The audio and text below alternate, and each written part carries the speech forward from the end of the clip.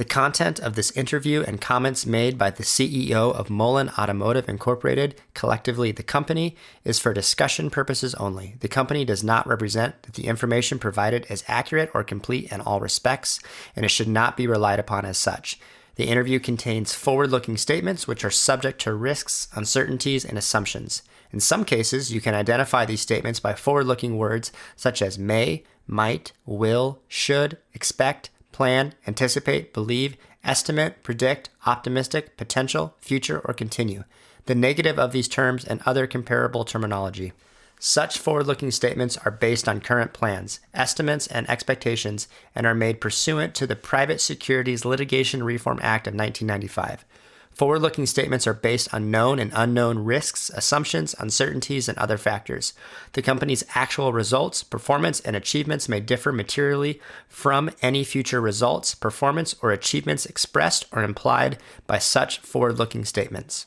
The company does not assume responsibility for the accuracy or completeness of any forward-looking statement, and you should not rely on forward-looking statements as predictions of future events. The company is under no duty to update any of these forward-looking statements to conform them to actual results or revised expectations. Any investment in MULN Automotive, Inc. will be subject to certain risks related to the nature of the company's business and the structure and operations of the company.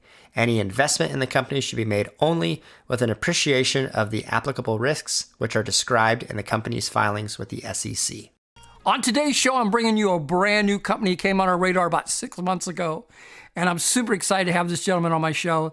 The name of the company is MULN Automotive, Inc. They trade on the NASDAQ under the ticker symbol MULN. And with us today is the founder, chairman, CEO of the company, Mr. David Michery. David, welcome to the show.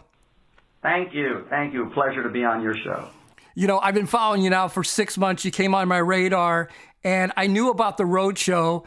You guys started off in Sacramento, then you went down to Orange County. Now you're out in Dallas. Give us for the listeners, give us some feedback. How's the show going? Your interpretation of your thoughts about that. Well, the show's going great. The response has been amazing. I know that we have a film crew out there with the guys as they tour, getting live feedback from the most important people, the people in the vehicle that are driving the vehicle, and that means more than anything to us to be able to know what they think, how the styling, the aesthetics, how our persona, which is our intellectual IP, what do they think about that, how it works, the infotainment system. We're pretty proud of what we've developed as a very unique and proprietary infotainment system that works in conjunction with our state-of-the-art persona technology. The response has been overwhelming. People really love this car. But, we knew that when we debuted the vehicle last November at the LA Auto Show, and the response was overwhelming. It won, best electric SUV at the show. It was the ZEV Award there, and that's just carried forward. Now that there's an actual vehicle that people can, get in and drive, and they were amazed that a vehicle that looked that good could be that aggressive and handle the way that it does, and the technology behind it is comparative, on a comparable level. There's nothing else out there that does what we do. So I think Persona is going to be at some point a real big hit. It's next level technology. Are you guys taking orders right now? Are you letting anybody put any down payment money on that? Yeah, absolutely. We have been, and we continue to. We've noticed that the orders have spiked tremendously. As an example, during events, we'll have maybe 35, 40, 50 people, but these people will go out and they'll tweet, they'll share their experience at the show with their followers or within their social media platforms. Absolutely. And then we'll see a residual effect in the form of increased demand for the product. It's been very consistent. How much is the down payment? Well, it's a reservation. It's $100. Okay. And what it does is it buys you a spot in that vehicle. We really believe that this thing is going to catch on fire now that people can touch it, feel it, see it. We're also excited too because the derivative version of it, which is the MULN 5 RS, that version is going to hit We'll have it here in our possession next month, but it'll join the show in March. And that car's a beast. I mean, it's just a 0 to 60 in 1.95 seconds. Yeah, and it'll go over 200 miles an hour. See, a lot of people, when they talk about that they can go 0 to 60 in under 2 seconds, they don't tell you what their top speed is. Right. So it compromises on one end or the other. So a car that can go, 0 to 60 under 2 seconds maybe only has a top speed of 165, 175 miles an hour. We want, that wasn't acceptable to us. We wanted to make sure that we could not only go 0 to 60 in under 2 seconds, but we could go over 200 miles an hour, not just 200, over 200 miles an hour. Wow. That was important, not just to the company, but to me as well. So with that being said, we're excited that not only the demand plus the excitement around the Mullen 5, but what will become what I believe to be a generational type of vehicle when people get to experience the RS in March of 2023. I think this takes this to a whole nother level. I want to change gears here for a second. You've been very active as a CEO, pressing palms, making deals. The 3 deals I want to talk about today, one is Newgate, Elms, and then also Bollinger Motors. Starting off with Newgate, you just signed a distribution deal with them out there in Ireland for the iGo. My question is who's going to be manufacturing the iGo, and what do you think you guys are going to make off of those cars? Well, that's a real good question. The iGo, first, is a unique vehicle. Obviously, it's all electric, but it's a small cargo delivery vehicle that you can use in small areas, meaning where parking is an issue, where streets are small, where the density of people is you're busting at the seams, so there's really not a lot of room to maneuver. And in areas like that, you'll see a lot of bicycles or mopeds. We believe that in order to be efficient, you have to have the capability of delivering goods, and we thought of a unique approach, which is a small urban utility delivery vehicle that can do last mile delivery. And so Henry Automotive partnered up with us to deliver this vehicle to the European market, specifically Germany, France, Spain, UK, and Ireland. And if it works out well there, we'll bring it to the U.S. and homologate it for U.S. But currently that vehicle's homologated for the EU. Right. Newgate. Go ahead. Yeah, Newgate is a established dealer in Ireland that carries brands like Mercedes-Benz.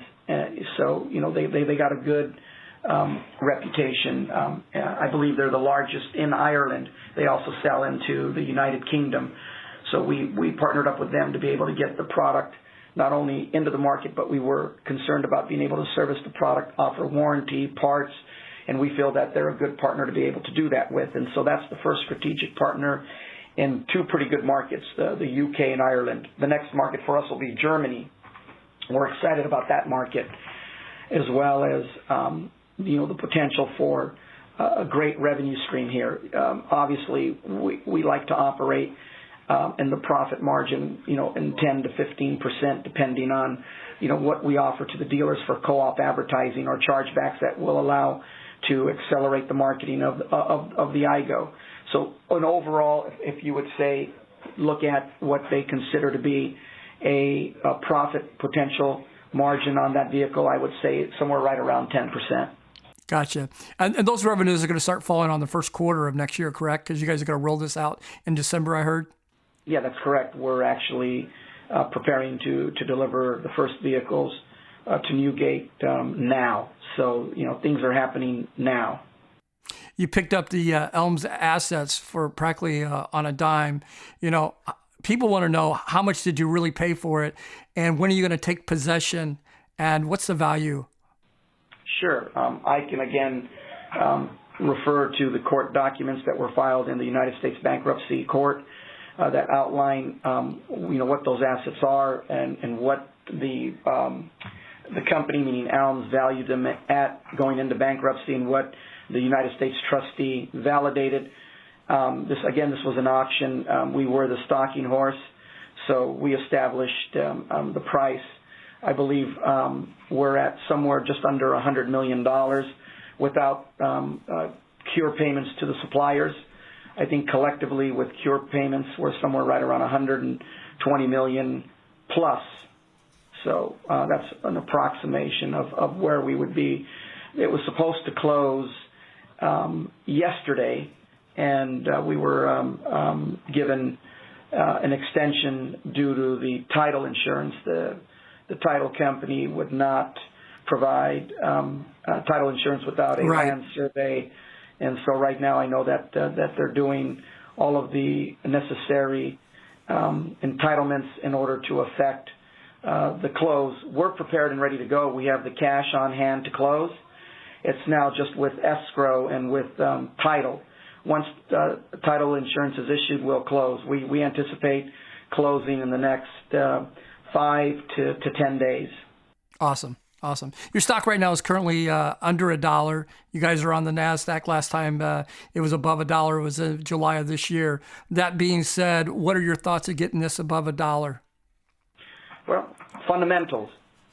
Simple answer, right? Get out there and deliver. And we're doing that.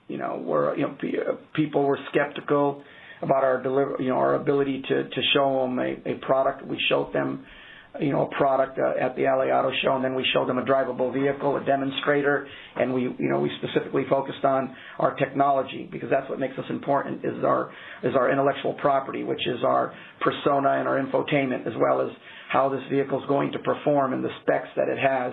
These are all very unique aspects of the vehicle that make it special. But what's more important than anything else is being able to, deliver product, get it to the consumer, collect on it. And again, all of the hype and the potential about future potential that everybody, all of the SPACs and all the guys over the last 2 years that, riding that wave, I knew it was going to come down to who can actually perform, deliver, and collect. And so we're very confident that with deals like we're making, and we're making a lot of deals. I can only talk about the ones that have been publicly disclosed, like Newgate, but we've also, are finalizing deals across the board with a lot of different companies. So, again, we're in the process of, getting everything worked out with the Systems Award Management, which is SAM, and, getting our cage code active and all the things we would need to, to be able to work, with our government. There's no guarantee that, anything will happen, but the fact that they're contacting us, we're not soliciting them, they're coming to us, is a good sign. Speaking of that, with the Biden administration, do you think you guys are going to get any kind of Pell money or grant money from them with the EV bill that's getting ready to, be approached? I tell people we got to do it the old-fashioned way. I keep thinking about this commercial that used to come out, 10, 20 years ago. And I think it was a Smith Barney commercial, and I can't remember the guy's name. He would walk around and he would tell people, we make money the old-fashioned way. We earn it. It's true. That is true.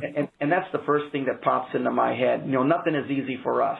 We're going to have to go out there and work extra hard. I don't expect any handouts from anybody. I expect to be the hardest working guy. I expect to get out there and have to earn every opportunity, get out there and compete with everyone to get that business, to take that product, not just commercial product, but also retail product, and get it out there and establish, fundamentals, get out there and, stop talking about potential, get rid of that word and focus on deliverables. And here's what we've done, here's this order, here's that order, here's this delivery, here's that delivery, here's this receivable. I was going to say, speaking of that, what excites you the most about doing the deal with Bollinger Motors? To tell you the truth, honestly, I was amazed I even had the opportunity to buy that company or to buy, controlling interest in that company.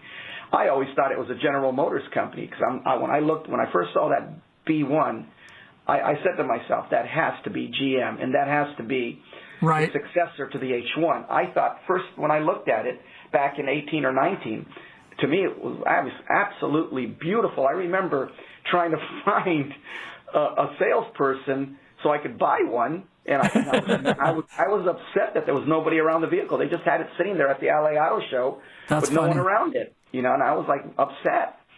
And I just assumed it was a GM product because I knew that GM had, everything to do with the Hummer, and I just figured this was a continuation of that, and I was like, wow, what a home run, GM has the successor to the H1, and little did I know that that wasn't the case, and that this guy Robert Bollinger, visionary, built an amazing vehicle that can actually outperform the H1. It's heavy duty and it has everything you could possibly want, for an off-road vehicle. I remember watching an episode with Jay Leno, and Jay Leno's out in the desert with this vehicle and just ranting and raving about how amazing this thing is and what an amazing off-road vehicle. But then it performed amazingly well, on the streets as like a normal vehicle. Here was a car that could be used off-road and go places that not even a Jeep can go. I mean, I'm talking about some of the most challenging terrains in America,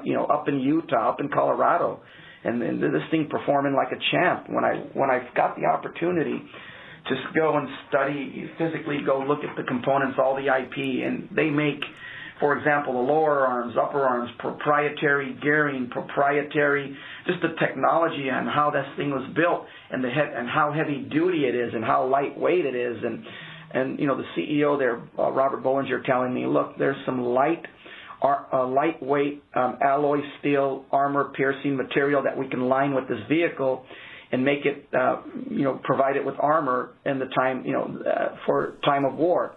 Right. And I thought to myself, wow, I knew that the H1 wasn't armored. All they did was take a piece of steel and weld it to the bottom of the H1 to protect it against, improvised devices that would explode. Exactly. Yeah, UIDs, yeah. Yeah, and so... I got about 2 minutes left if you want to finish your thought. Go ahead. Yeah, I just thought it was a great vehicle. I think the potential is amazing. We also had a United States 4-star Air Force retired general looking at it. And so, there's a lot of activity with this vehicle. I think it's a special vehicle. I thought it back in 2018-19 that it was a successor to the H1, and I still believe that. After 30 years of service, the H1 at some point is going to have to be retired. And what better vehicle to retire it to other than the B1? You had the B-52, and it retired to the B-1 bomber. Right.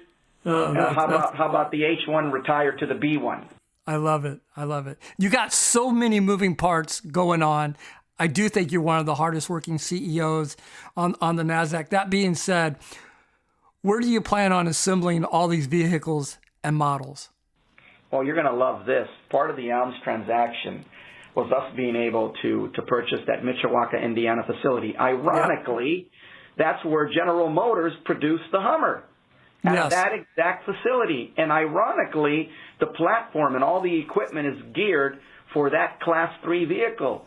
Wouldn't that be nice if Mullen could actually acquire that facility, take the B1, you can paint the body on whites in there, with a very sophisticated paint shop that could produce 14 jobs an hour.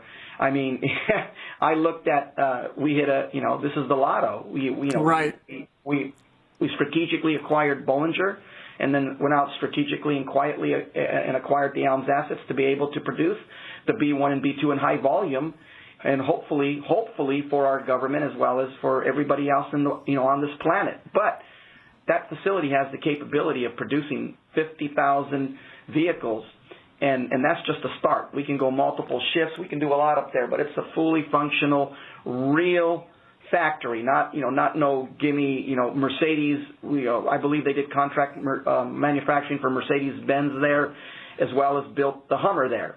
So this and it's not an old facility. It's actually very, very nice. And so I'm very excited. I felt like I hit the lotto twice with Bollinger and the asset acquisition of ALMS, and now it's time to deliver. It's time to get out there and make some product and get it to the consumers. And the amount of money we saved and the amount of time is amazing. Our normal, and I'll leave you with this if we got a minute. Absolutely. Our normal plan called for us to spend almost $1.3 billion to ramp up our Tunica, Mississippi facility, enabling it to be able to produce the Mullen 5 SUV. That would mean we were adding about 1 million square feet. And that would include obviously a body shop, paint shop, all the things you would need to go into high volume production. So think about this. For a little over $100 million, not only did we get all the assets, IP, but more importantly, we got a factory that we could not duplicate for less than $1 billion. Well, I was there, Door, which built the paint shop, I believe there was another company that was looking at buying these Allen's assets, asked Door to come look at the paint shop and ask them what would it cost that if they wanted to move that paint shop to Mexico. Door told them to move that paint shop to Mexico would be $500 million. Wow. And so so I know that there's well over $1 billion of value there, just in that factory alone. So from my perspective, forget about the savings, not having to spend $1 billion to get to start a production. But not just start a production on one line of vehicles. You have the B1, B2, Mullen 5, and 5RS. I plan on building those vehicles in Mishawaka in a high volume capacity. I accelerate my path to start a production by 2 years, meaning I'm able to not have to wait, the 3 to 4 years to build a factory. Right. And I don't care what anybody says. You have to go out, get permits. You got to get, you got to get a tentative track map approved. You got to go vertical. You got to do all of these things. That takes time. No one can get a factory from a brownfield to a turnkey proposition in less than 3 or 4 years at maximum speed. I concur. We were blessed with a turnkey operation at a major discount. So what I just did, or we as a collective group, we were able to save our shareholders $1 billion. Before I let you go, what is it that you really want my listeners to take away from today's interview? That this company is dedicated to building quality products in America by Americans. And we're going to employ people. We're going to start by employing all the people that lost their jobs in Mishawaka, Indiana, and put them back to work. And then around the world, we're going to put people back to work. We're going to give them opportunity, and we're going to make America great again. My guest today has been David Michery. He is the founder and chairman of MULN Automotive, Inc. Look them up. They're on the NASDAQ under the ticker symbol MULN. Sir, I want to thank you for your time and coming on the show. I hope you become a regular and come back every 40 or 50 days and give us an update. Absolutely. Look, I want to thank you for the opportunity, and I tell people all the time, what we say doesn't mean anything. The only thing that matters is the results. So, hopefully the next time we talk, we can talk about some real results. This program is entirely sponsored and produced by La Jolla Media, LLC, which is responsible for the content. The opinions and information provided on this program are for educational and research purposes. Stock Day encourages all listeners of this program to do their due diligence and research when determining investment strategies that will work for them, or to seek the assistance of an investment professional.